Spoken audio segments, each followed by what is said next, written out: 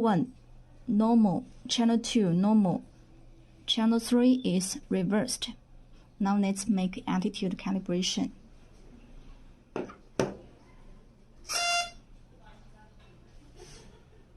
Light flashes. Now let's make attitude calibration again. Light flashes. So attitude calibration is successful.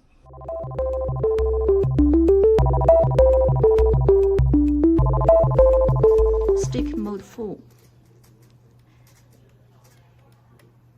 RTEA.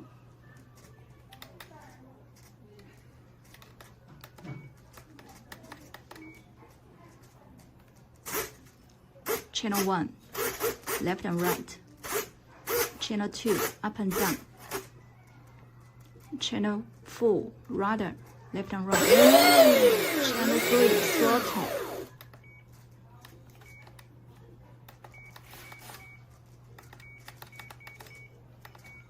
Output.